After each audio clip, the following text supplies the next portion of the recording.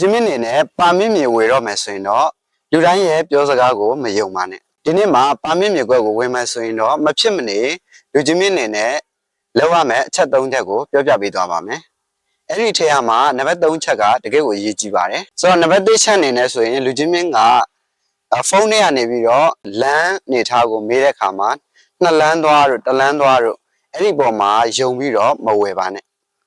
ကိုယ်တိုင်းအခုလို location ကိုဆင်းပြီးမှတကယ်မြေပြင်မှာလမ်းရောရှိလားလမ်းရောပေါက်နေလားဆိုတာကိုကိုယ်တိုင်းဆင်းပြီးတော့ကွင်းဆင်းပြီးကြည့်တင်ပါတယ်နံပါတ်2ချက်အနေနဲ့ဆိုလို့ရှိရင်ကိုကမြေပုံထဲမှာအကွက်ရှိပေမဲ့မြေပြင်မှာရောအခုလိုမျိုးကိုဝယ်မဲ့မြေကွက်တွေကတကယ်ရှိလားဆိုတာကိုလူချင်းမင်းအနေနဲ့ကွင်းဆင်းပြီးတော့ကြည့်ဖို့လိုအပ်ပါတယ်အဲ့လိုကွင်းမစင်းမနဲ့မြေပုံထောက်ပြီးတော့ဝေတာမျိုးမလုပ်ဖို့ကိုလည်းကြံပြုချင်ပါတယ်ခင်ဗျာနံပါတ်3ချက်ကတကယ်ကိုအရေးကြီးပါတယ်ကိုကဒီမြေကွက်ကိုကြိုက်ပြီးပါမစ်မြေကွက်ကိုကြိုက်တယ်လမ်းနေထားကြိုက်တယ်အကွက်လေးတကယ်ရှိတယ်ကိုယ်တိုင်စင်းကြည့်ရအဆင်ပြေပြီဆိုလို့ရှိရင်တော့စရန်ချပြီးမှ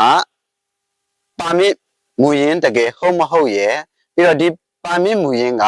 စီပင်အိုးအိမ်ရောက်မရောက်ကိုကိုယ်တိုင်ရှင်းနေတွေနဲ့စစ်ဆေးတာမျိုးလုပ်ပြီးမှပဲငွေအခြေရှည်တာကိုလုပ်တင်ပါတယ်ခင်ဗျာဆိုတော့အခုကျွန်တော်လူချင်းမင်းတို့ပြောပြခဲ့တဲ့အချက်၃ချက်ကတကယ်ကိုပါမြင့်မြေဝေတဲ့အချိန်မှာ